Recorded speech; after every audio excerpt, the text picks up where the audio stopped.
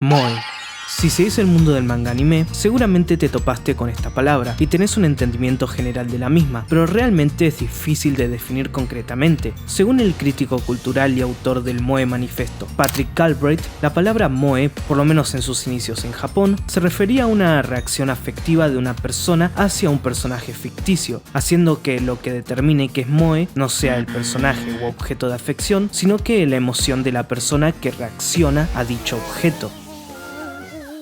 Pero en el occidente, de manera coloquial, cuando decimos moe, solemos referirnos específicamente a un tipo de diseños de personajes, a los diseños de personajes llamados bishoujo. ¿De dónde nace el bishoujo? Bueno, para mantenerlo simple, durante los finales de los 60s y inicios de los 70s, los mangas shoujos ganaron muchísima popularidad y se suele nombrar a esta época como el renacimiento de los mangas shoujos. Y esta popularidad no solo se dio entre un público femenino, sino que también entre el masculino, lo cual llevó a la creación de mangas shoujo, los cuales, aparte de apelar hacia la demografía de chicas jóvenes, también apelaban al público masculino, mostrando a las chicas como un foco de atracción. Un ejemplo claro de esto son los mangas de Hideo Azuma, el cual claramente no fue el primer hombre en escribir un manga shoujo, pero sí fue uno de los pioneros en este enfoque de usar los tipos de diseños y lenguajes visuales de los mangas shoujos y enfocarlos a un público masculino, o sea, fue uno de los pioneros del bishoujo. Pero si realmente queremos ir al momento donde la idea del bishoujo se terminó de consolidar, no tenemos que mirar a un hombre, sino a una de las mujeres más influenciales dentro del medio, Rumiko Takahashi y su obra Urusei Yatsura.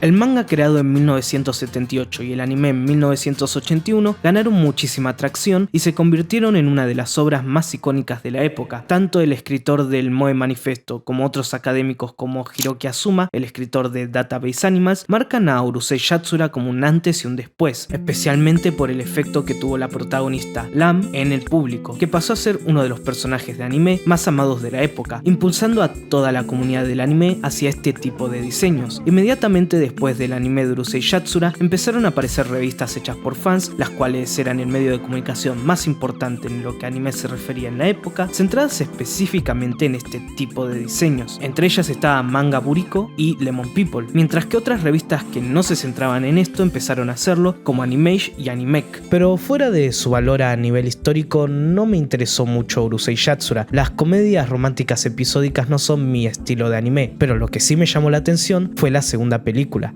o como me gusta decirle a mí, el nacimiento de Mamoru Oshii. Aunque esta no es la primera obra que él dirigió. Un año antes de esta película, en 1983, dirigió tanto un OVA como la primera película de Urusei Yatsura, pero en ambos se nota que no se le dio realmente libertad creativa. Dalos podría pasar tranquilamente como un OVA más de los 80s, mechas con muchas explosiones, buena animación, pero poco tiempo para realmente desarrollar su trama, y la primera película de Urusei Yatsura sigue con el tono de la serie. En las mismas palabras de Mamoru Oshii, se sentía como si fuese un capítulo más de la serie, pero más largo, así que difícilmente vayas a encontrar algo de su identidad como director tan marcada en esta época, o por lo menos no lo vas a encontrar hasta que lleguemos a la película Beautiful Dreamer.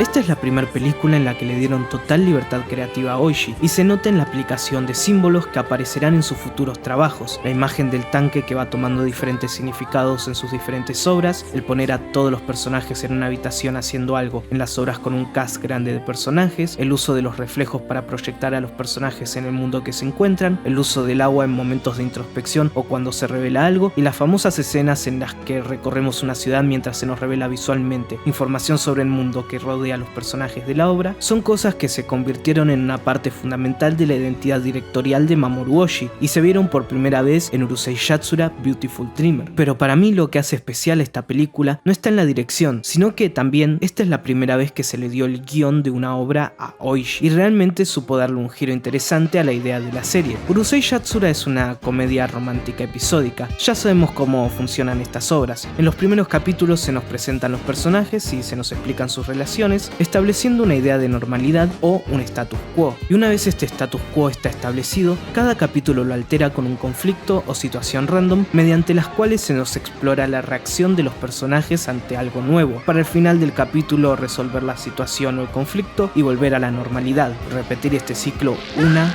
y otra y otra y otra y otra vez. 2度目は悲劇、3度目は喜劇というが、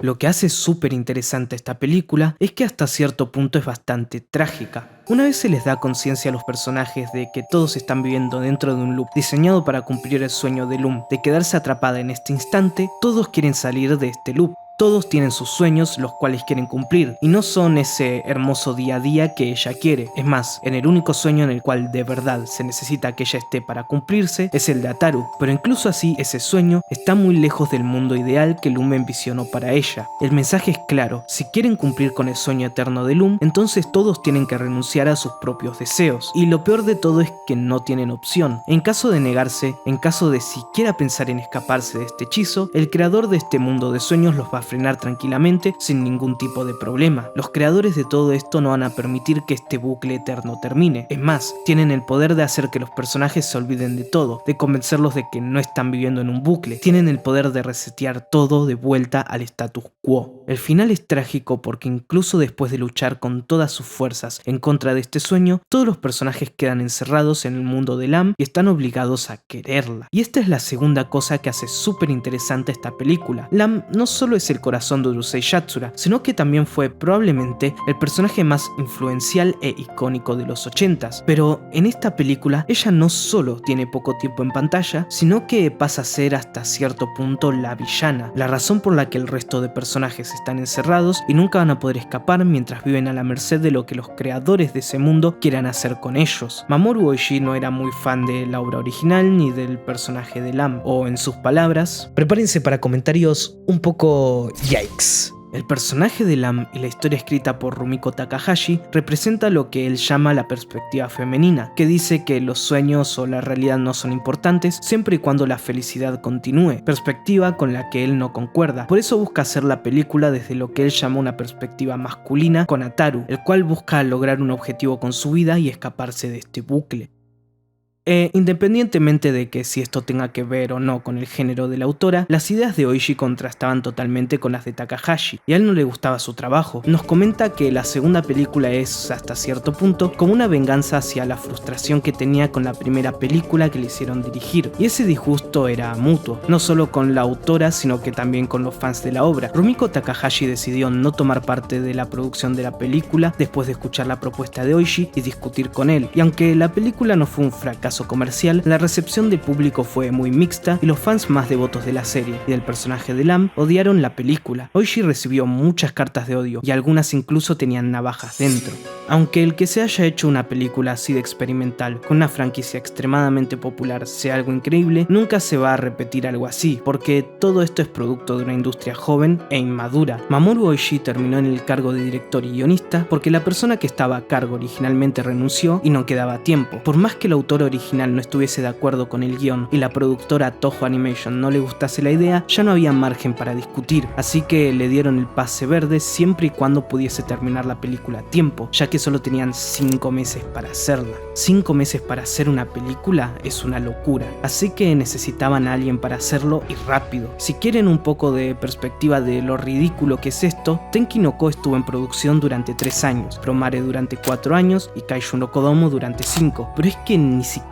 tenemos que ir a grandes producciones. Ubime no Stranger, una película que no tenía grandes aspiraciones a nivel visual y que dura menos de 1 hora, estuvo en producción por más de 1 año, así que imagínense la cantidad de horas diarias sin freno que se tuvieron que trabajar para que esta película vea la luz en solo 5 meses. Y claramente ahora en retrospectiva todos podemos decir que poner a Mamoru Oshii a cargo fue una buena decisión, ya que todos sabemos su talento y lo que logró en años posteriores. Pero créanme que si lo pensamos fríamente, el que esta película haya funcionado es un milagro, y si se le siguiesen dando producciones tan complicadas a directores tan novatos, realmente la mayoría de las películas serían un desastre. Por ejemplo, ese fue el gran problema de One Direct Priority. Y todos podemos decir que no importa que se pongan a experimentar cuando se trata de una película de los 80s que ni el 5% de ustedes vio. Pero si lo cambiasen y pusiesen a tu anime favorito en manos de un director primerizo que no tiene ningún tipo de respeto por la obra original,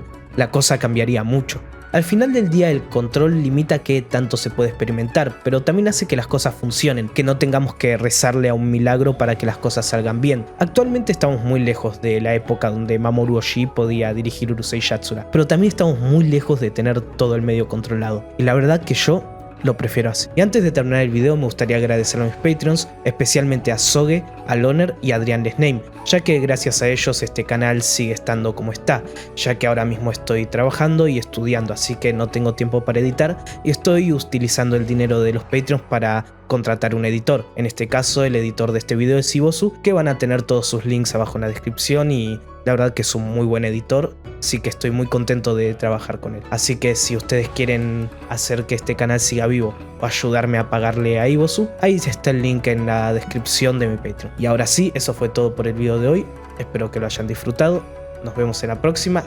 y